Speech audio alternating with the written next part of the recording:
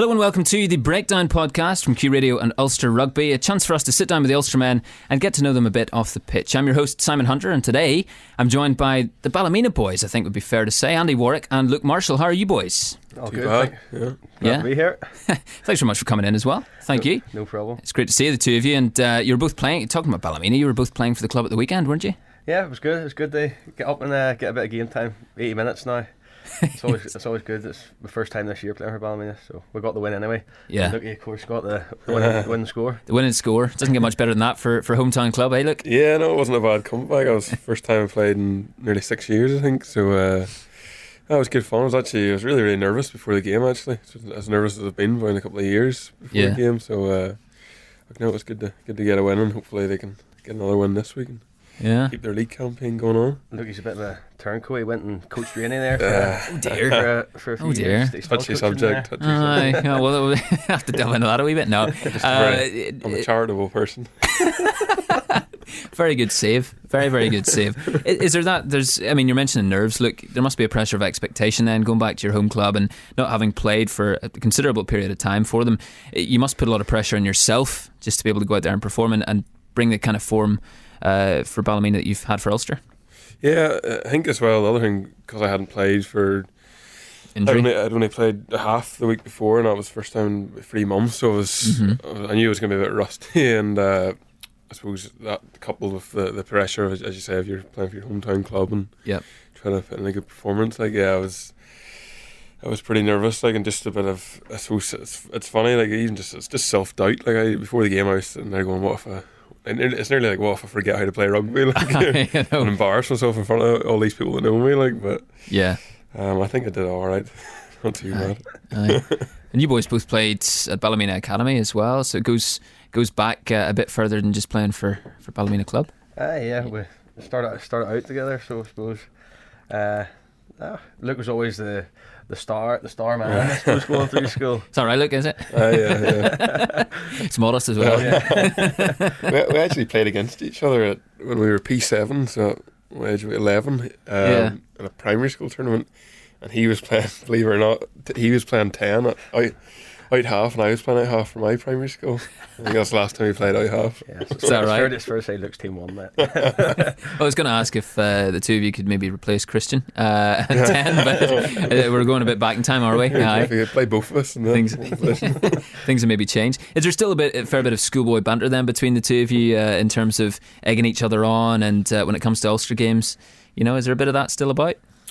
Yeah, well, there's definitely a bit of banter between all the Ballymena boys. I think we seem to have a bit of a different sense of humour to most other people, and a different language probably as well. Bit of County Antrim crack. Yeah, we actually, I think even the way we talk to each other, there's certain words we'll use, just the boys from Belfast don't have a clue what we're talking about, so. Yeah, the South Africans, whenever the Ballymena boys speak to each other, they don't understand us, so they can't really add into the conversation if they're sitting there. If they learn to say "I" at the end of sentences, it might help. I think. Aye, or so it is one of them. So it is. There you go. But the influence is obviously rubbing off to an extent, because I can't remember which of the boys it was. One of the South African boys. It might have been John Desel. I can't remember who it was, but anyway, he was talking about loving the countryside and saying about how great it must be to have a home kind of in the countryside and out sort of in the Ballymena direction. So I wondered which of the Ballymena boys had maybe had a word with him and said... That means Skulk maybe? Skulk, that's who it was. It was Skulk, that's who it was. It's just outside Ballymena and Kells there now at the minute. Yeah. So there you go. Shares left for Colin Parsons. Talking about injury as well... We're seeing more and more injuries in rugby now, and of course the game becomes more and more physical year on year. How are we going to counter that? What's going to be the solution? Greater understanding of how to recover, or greater understanding of how to treat injuries, or do you think there's going to come a point where rule makers in rugby say we'll have to maybe change a few areas around the contact zone? I think the men in rugby are getting bigger, and the contacts are getting more and more physical, and you're getting bigger contacts, but I think it's just staying on top of your S&C and being as strong as you can, and obviously JD and Kev helping you with your rehab and prehab, and I suppose that's all you can do at the moment. But no, I wouldn't like any of the rules to change to make it less physical, to be honest. The only things that maybe they obviously have changed is like the rules. Obviously, they're trying to keep the tackles down as low as possible now. Obviously, with the amount of head injuries, but as Andy says, like the guys are getting bigger. Like obviously, the gym's such a big influence on rugby players nowadays. So like the collisions are only going to get bigger. Like, and obviously with that, there's going to be injuries. But look, I think we all know when we start playing rugby from whatever age, like we know it's a contact sport. That's why we like it as well. Yes, and I think. If the supporters are honest, that's what they like about it. Like, if you ask supporters, do they want to see like a game of touch rugby, or do they want to see boys knocking 10 bells of each other? Like, pick the ladder. Like, so it's just part of the game. Like, unfortunately, but that's the way it is. It's the way it is. Yeah. And you hear some NFL players having maybe been over in London for some of the international series games and having seen a bit of rugby, saying, "Wow, just the contact looks so physical," and to hear from them. That's the case, just hammers home how physical it is. Do you boys look at kind of American football the same way and think if I had a helmet on and pads on, it must be crazy getting those sort of... To be honest, I think the helmet would make it worse. You're getting your head bounced around everywhere. Aye. If you're going head on head. You maybe feel you've more of a free license, perhaps, to just run into boys. I know, You would be putting your head anywhere. Some of the boys in the NFL are probably a bit bigger than some of the rugby players as well. Maybe some boys could maybe make the transition though, perhaps. Yeah. I don't know. There's certainly big fans of NFL in our squad. Like Jim McCluskey. There's a fantasy league there is. Right. You know, aren't you? No, I'm not. There's about 12 boys or so with coaches as well. They do a fantasy league every year, so a few big fans like set up every Sunday night and watch it, I think. Aye. Well, it's nice to have that over and above the rugby playing as well, and to have a bit of cohesion and a bit of banter with the boys. If it weren't rugby, then any other sports that would take your fancy? Football. Well, I used to play a lot of football when I was younger. Like I used to football used to be my favourite sport. Like, but haven't played for a long time. Like, bit of golf as well. Like, but again, I'm very rusty in that. Yeah. To be honest, if I didn't play rugby, I would not much use anything else. But I tried to pick up golf there a couple of summers ago, and he's improving. The backswing doesn't go too far now. To be honest. Maybe it depends on how heavy the gym session was the day before as well. Yeah. But in terms of following sport, isn't it a great time to be from Northern Ireland and seeing the boys like Jonathan Ray and Rory McIlroy? I know we've been talking a bit about the golf. And Carl Frampton and guys like that, just see the successes of, and Mark Allen most recently as well in the snooker. Isn't it great, just a country of this size and seeing the magnitude of success around the world, really, in different sports? Yeah, it's incredible. Like, for such a small country, like the level of professional sportsmen we can produce. Like, and I think the other good thing about them is they're all just great ambassadors. Like, Rory's incredible. The amount of work he does, like, off the course and obviously on it as well. Like, he's great for Northern Ireland, and Carl as well. Like, he's again another great ambassador for the country. Like, but it's very impressive. Yeah, and the variation of the sports you see, like they're all different, and everybody's doing so well. And it's great to see. Yeah, well, stepping into the ring with Carl Frampton must be a physical one indeed. Oh, I know, definitely. Yeah. I think he would hit me about 20 times before I even realised he was hitting me. Going down. Going slightly back to obviously the Ballymena thing and going to school together, which is I'm sure quite a nice thing for you guys to have that bond there even before you went to Ulster. Is there a bit of rivalry then between, say, you guys and some of the boys from other rugby playing schools in the squad? Yeah, definitely. Definitely. I would do a bit of slabbering about Ballyhinch at the odd time. But, always keep the banter going there. So we did them a bit of a favour at the weekend. I think they're close to the top now. So I'm glad we gave Shannon a bit of a losing bonus point, so they didn't go top. Aye. It's always in that. It's not suppose not as much anymore because we left school so long. But certainly when we were in the academy, like just coming out of school, there's a big rivalry between the Ballymena boys and the Meffley boys, and always a fair bit of slagging going on. Even I suppose last year when Ballymena played Belfast Inst in Schools Cup last 2 years, actually the Inst have beaten them in the semi-final. There was only one Inst guy last year. Roger was only a guy from Inst, but there's a wee bit of slagging before and after the game if there was. Bit of friendly competition. Yeah, that's it. It's nice to have that though, of course, in the squad as well, and to have just a range of guys from such different backgrounds. And now you've got probably more international players in the Ulster squad than maybe before. So it must be nice to learn from what those guys bring, not just on the pitch, but also from different cultures. Say, for example, the likes of the South African boys. Yeah, exactly. No, it's great to see like the likes of Charles with international experience, obviously he's one of the best players in the world, and you just see how he goes about his business every day, and then you go to the best day from here and see how he leads from the front, and it's inspiring team talks. It's great to see how he goes about it. Yeah, how does he go about it? What are those team talks like? Because we of course hear players post match and we hear what they have to say to the media, but we of course don't really get much of an insight into what's been said in the changing rooms. Is there much you can divulge, or is it? He says the right thing at the right moment every time, really. Just focus. It's all about focusing on your own game and getting yourself prepared. And then I don't want to. I don't know. I think Rory's he's just one of those guys. He's just a natural leader. It's there's times where he could probably say something totally irrelevant and you'd still nod your head in agreement. He brings a calmness. I think that's one of the great things about him. No matter what the suggestion, he's always calm, and then guys just have so much respect for him in general. I don't know what it is. I suppose probably even more so the country boys, I suppose, because he's country boy from Banbridge or wherever outside. Down Tandragee, I think, isn't it, down there? Guildford, slightly further down the country. Farmer's son, but he's just an honest boy. He's a grafter, works hard, and he's achieved so much obviously in rugby as well, and he's just an easy man to look up to, I suppose. Yeah, and qualities, Andy, he's shown he has given the Ireland team, and hopefully can do so again in the Six Nations, which starts again this weekend. It's kind of scary, isn't it? Yeah, it comes around pretty quickly, doesn't it? Hopefully they'll go well against France, and it'll be tough. You never know really what you're going to get with France, I suppose, but I know they have a few injuries, but no, it'll be good to see how they go at the weekend. Yeah. Has it ever been closer, Luke, the Six Nations? It seems as if, we look at the rise of Scotland, for example, and the way the Italians have come to the fore in the last few years. Has there been a time where it's been closer fought than now? No, I don't think so. Especially the fact that England have a few injuries and actually probably look a bit more vulnerable now. They've sort of been brought down to everyone else's level. It's very hard to pick. A definite favourite for it. And even Italy I don't think they're going to challenge to win it, but I think they could certainly cause an upset to somebody. So.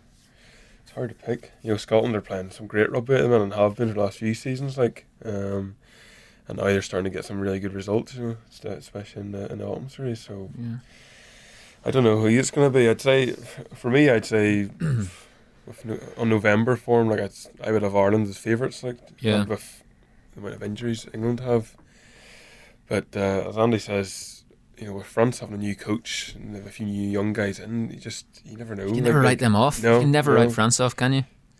Especially this first weekend, Ireland being over there in Paris, it's a really hard one to call. Yeah, absolutely. And a potential decider, really, with England at Twickenham on St Patrick's Day would be quite the thing, wouldn't it, Andy? Yeah, that would be. It would be nice for it to come down to that now. And, if it does, get one over in the English now. It'd be great. Yeah, you boys like to celebrate St Paddy's, or is it just another one of those days that seems to be kind of hyped up commercially and you're not too bothered about? No, we don't really get much chance to celebrate, to be fair, but I always enjoy St Paddy's Day, I must say. I always just enjoy watching the Schools Cup final on it. It's always a day of sport, the Schools Cup final, obviously the McCrory Cup's on before it, it's we don't, as I say, we don't get out, we don't really get to go out and enjoy too many pints of the black stuff on it, but it's a good day, so it is. Yes, yeah, and now the football final as well. There's a school's football final played, so you've got the three, if you like, big finals. Talking about being able to enjoy the black stuff, how tight are the dietary arrangements and plans for you guys? How much are you able to kind of veer away from that, and how much do you need to have a rigid structure every single day about what you're putting into your bodies? Yeah, it's definitely got stricter, certainly last few years. Has it?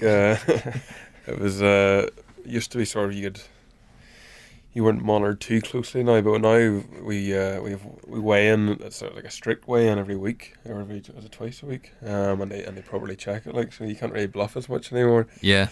And obviously everyone's monitored now. You've got the GPS we wear, and we're heart rate monitored, so if you've had a maybe a big weekend or a big night on, You get found out. and your heart rate's through the roof the next day, they can pick it up. So Look, he's actually on a special list just to check up on his weight. So yeah. Well, has to put in what he's eating at night maybe the odd time. Yeah. we different different groups. Yeah, so I'm unfortunately in the minimised group, which is the fat fighters, effectively. Fighters.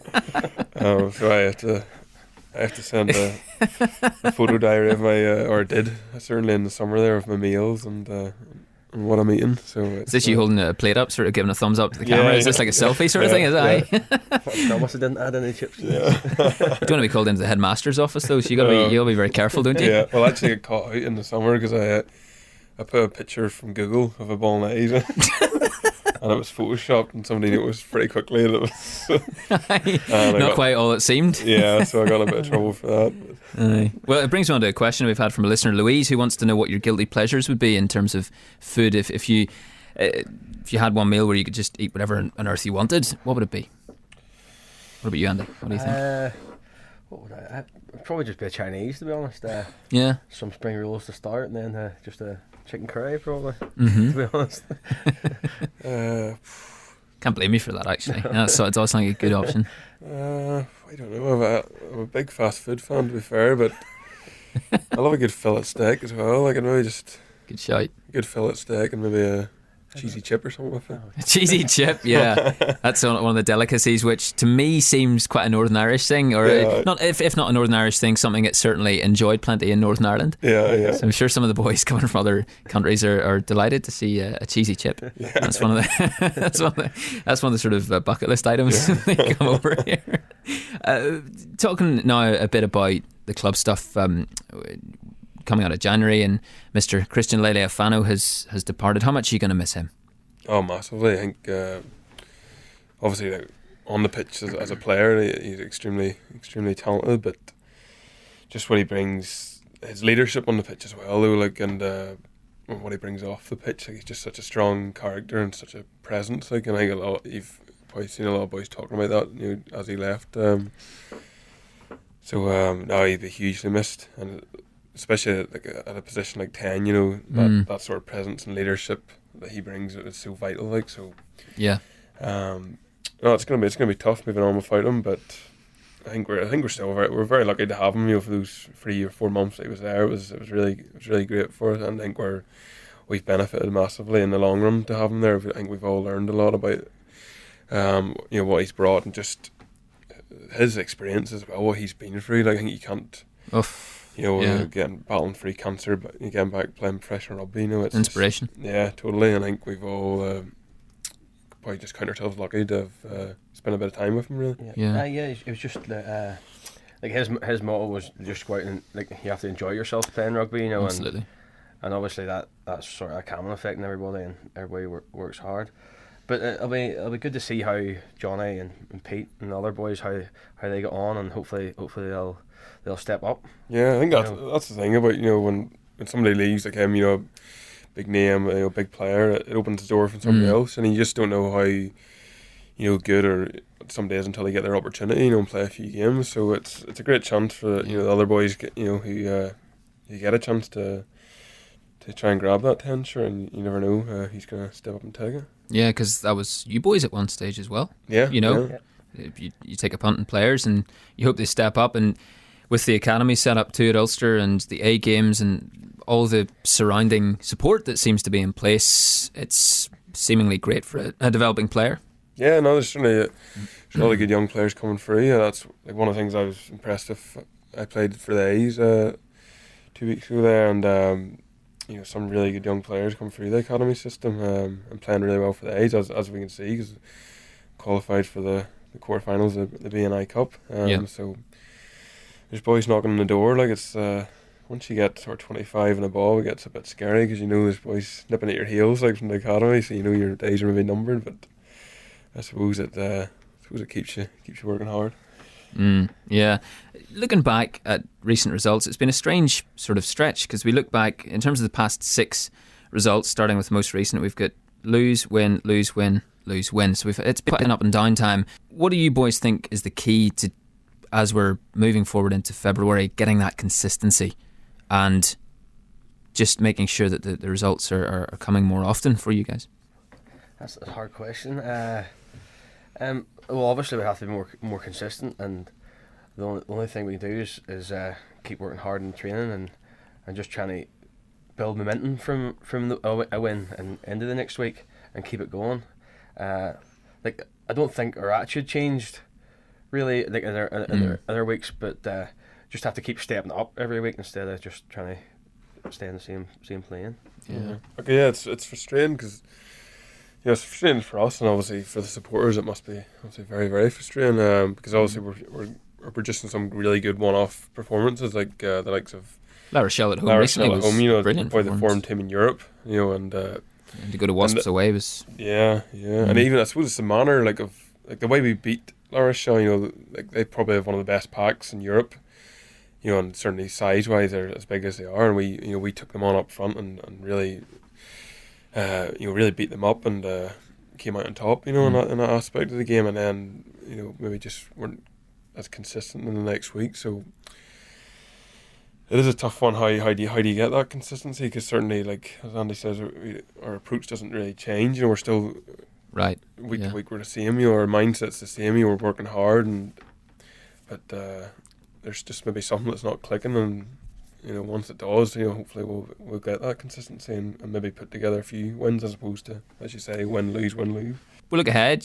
Southern Kings coming up soon, and Jack wants to know, having seen their difficulties with the original stadium they were playing in, Nelson Mandela Bay Stadium, which had only a smattering of fans for the Leinster match at the start of the season. Then they moved to, I think it was the Isaac Wolfson Stadium for the game against you guys. He wants to know how appreciative are you guys for the big crowds that we're so used to seeing at Kingspan? Yeah, massively. I guess one of the things, obviously there's tough times, like if we're not playing well, you do feel under a bit of stress from the supporters at times, but look, our supporters are incredible. You look at a team like Saracens, who back-to-back European champions, probably the best team in Europe the last few years. Yeah, their capacity in their stadium is, I think it's 12,000 or 13,000. Now our average attendance is probably about 14 or 15,000. And we unfortunately haven't won silverware for over 10 years now. So it just shows like they're incredibly loyal and obviously very loud as well. Whenever they come and fill the Kings fan. So we're very, very fortunate, definitely, and I'm sure all the players appreciate it massively. I think that's one of the things the foreigners, the guys coming in from abroad, notice is just how good our support is. Even if they're walking down the street and they're recognised, they're how friendly guys are, and again the atmosphere and the noise in the stadium as well is really second to none on a big game night. And Andy, something I've noticed is there's so much support as well from the non-rugby fans too. Been down at the games. I've chatted to one or two who've been down there maybe for their first time, and they've said, right, I've got to get back here. I wasn't really a rugby fan, but one of my mates brought me along, and down here tonight, and it seems like a class thing to be part of. Yeah, it's fantastic. And like the atmosphere at the ground that the fans that are normally there bring. I'm sure anybody that comes to it just buys into it, and it's fantastic to see. Mm-hmm. A couple of quick fire questions here, just random ones to see what. We'll start off with. It's not a test, is it? No, it's not a test. No, just record it and mark you guys off against each other. No, I'll start with the rugby one. Weights or cardio? Weights. Cardio. Cardio. Yeah. Fair enough. Chocolate or sweets? Oh, sweets. Sweets. Yeah. What kind of sweets? Rhubarb and custard for me. Ooh, sour. I like sour fizzy sweets. Nice. Pear drops. Fantastic. So. Fair enough. It's original, more original than I was expecting. Yeah, in terms of answers, because most people seem to go for kind of, wine gums or things like that. No, fair enough. Wine or beer? Beer. Beer, just about. All right. Bit of both. Yeah, fair enough. Personal chef or personal trainer? Personal chef. Sorry to the trainers out there. Sorry, guys. They're just being honest. Skydive or bungee jump? Oh, not for me. Skydive. Okay. Say everything that's on your mind. So, in terms of you're unable to stop yourself saying absolutely everything you're thinking, or know everything that everyone else is thinking all the time. Know everything that everyone else is thinking all the time. Yeah, definitely. I'm not much of a talker, to be honest. That might be a bit difficult though if you've maybe got some critics out there as players. But that's good point. Fair enough. Okay. Would you rather Never laugh again. This is a tough one. Never laugh again or never use your smartphone again. Never use a smartphone again. Yeah, never use my smartphone. Thinking about it, I'd probably be the same, actually. Yeah, okay. No coffee again or no TV again. No TV. Definitely. I'm not really too fussed. And, well, Neither? No, that's all right. Okay. Free trip to the Bahamas or a free laptop? Free trip to the Bahamas. Yeah, Bahamas, definitely. Fans of the sun, yeah? Yeah. To a degree, the yeah. shade, I'll stand in the shade. But Okay, fair enough. Luke, this one's for you. Prop Andy Warwick or prop Callum Black? Andy Warwick, of course. Loyally, there you go. ready to dig in there. Yeah, well, well, Andy, you've got your chance now. Centre Luke Marshall or centre Stu McCluskey? Have to go look, you know.